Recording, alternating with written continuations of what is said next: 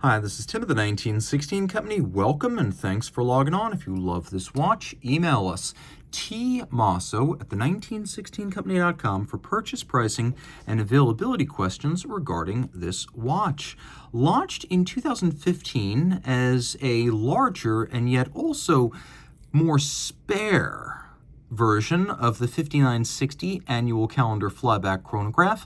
This is the Patek Philippe 5905P-010. So launched in 2015, it took everything that was successful about the circa 2006 5960 and it pared down the dial while stepping up the case presence. So now 42 millimeters in diameter in platinum. The watch measures in profile 14.3 millimeters thick and from lug tip to lug tip, 49.9 millimeters across the wrist with a 22 millimeter spacing between the lugs. We'll throw it on my wrist, which is 16 centimeters in circumference.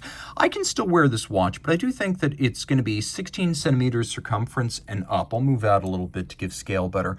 I think if your wrist is any smaller than mine, you want to go with a 5960. If your wrist is my size, you can pick either one. And if your wrist is larger, you're probably going to prefer this 5905. So the watch down the barrel doesn't leave a whole lot of clearance on either side of my wrist, but it's not overhanging.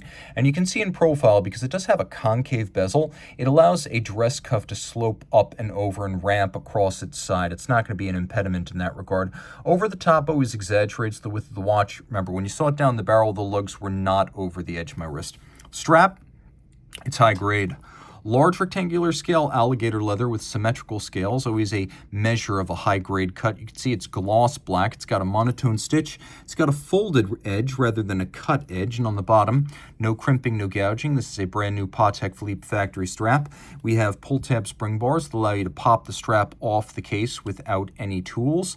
And then you can see here we have a matching platinum single-fold deployant clasp for this watch. And that externally it features a buckle with the Calatrava cross, which is the logo of the company. You will find it in duplicate and triplicate across this watch. You can see that there's a unique little friction fit radial spring. So this is something characteristic of Patek buckles that give them just a little bit more security when actually closed than your conventional friction fit system. Although technically it is still considered a friction fit. Now in profile, you can see one of the differences between the 5905 and the 5960 is that Patek realized with a bigger watch it needed to add elegance, or at least prevent it from looking ponderous. So we have these lovely mirror-finished scalloped hollows in the profile of the lugs. We have rectangular chronograph pushers, we have the Calatrava cross on the crown, and all the way around we have a concave bezel profile. If you look very closely, you can see that it appears that the pusher adjusters for the calendar are a slightly warmer tone than the case. I suspect that Patek uses white gold pusher adjusters for greater durability on these cases. You can see there is a top Vesselton diamond between the lugs, always a symbol for roughly the last quarter century of a platinum Patek Philippe watch. Now, when I talk about this watch being more spare, or maybe I should say less ornate than the 5960, the dial is pared down a little bit. So we no longer have the power reserve indicator up at 12 o'clock, and we don't have a coaxial bullseye chronograph counter at 6 o'clock, but we do have a 60-minute counter, which I like because I find that's more useful than a 30-minute counter on a chronograph.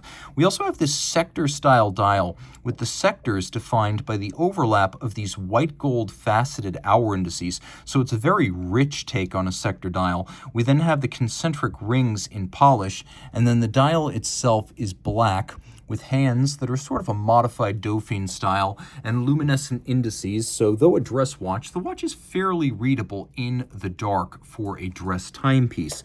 Of course, we also have a little day-night indicator that is in the sub-register for the chrono minutes. So what this means is when that thing is blue, you generally don't want to use the pusher adjusters for setting the watch because it is in the danger zone when the movement is otherwise changing itself over and turning the calendar automatically. Now you can see that's daylight. You were looking right now at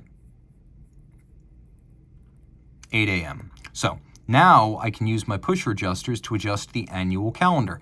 And it is an American-style annual calendar, meaning we have the combination of day, date, month in that order.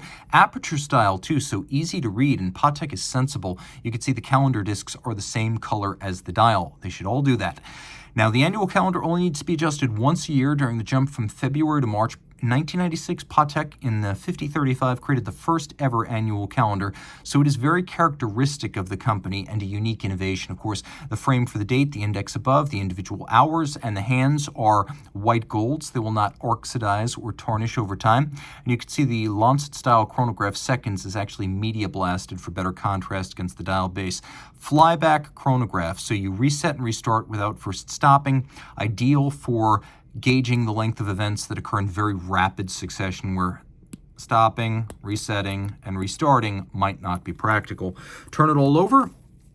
The latest iteration of caliber 28520, unidirectional automatic winding with ceramic, or hybrid ceramic, I should say, rotor bearings. The bearing balls are ceramic, the races are steel. 4 Hz beat rate, free sprung with a Gyromax architecture, adjusted in 6 positions. We have a Spiromax anti-magnetic silicon hairspring, which also has very little susceptibility to thermal drift as temperature changes, and I believe this is at least the 3rd iteration of Patek's hairspring. They found a way to profile it using DRIE to make it breathe concentrically like an overcoil, despite being a flat hairspring.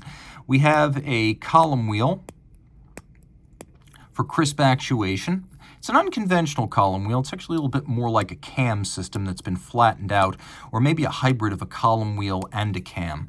But it has a nice crisp actuation feel, and we've also got a vertical clutch. So when you engage the chronograph, there's no stagger or jump like you would have with a lateral clutch. And if you wish, you'll note there's not much going on this dial. It is a dead dial if the chronograph's not running. So if you just want your chronograph to run full time, so you've got hours, minutes, and seconds, you can do that. There's no extra wear and tear on the watch. You can even use the flyback system as a 0 reset if you like. Turning it back, you could see that this movement is nicely decorated. A combination of hand finish and machine finish. Patek does a better job than, say, Journe JLC and Audemars Piguet at making these hybrid finished movements look like they're balanced more on the manual side than the mechanical side. We have circular stripes, engine-turned perlage, satinated and beveled steel chronograph components, black polished screw heads, mirrored bevels finished by hand, probably with a felt-tipped drill tool or something along those lines to add a rounded final polish after initial machining. And it's all very, very credible. Beats away at 4 Hz, and as you can see, it all pivots on 37 joules on a movement that is nicely sized for a big watch. All 30 meters water resistant, so dress watch water resistant standard. You don't want to take it swimming, but splashes and rain are okay. If you love this watch, reach out to Team Mosso at the 1916company.com for purchase and pricing details.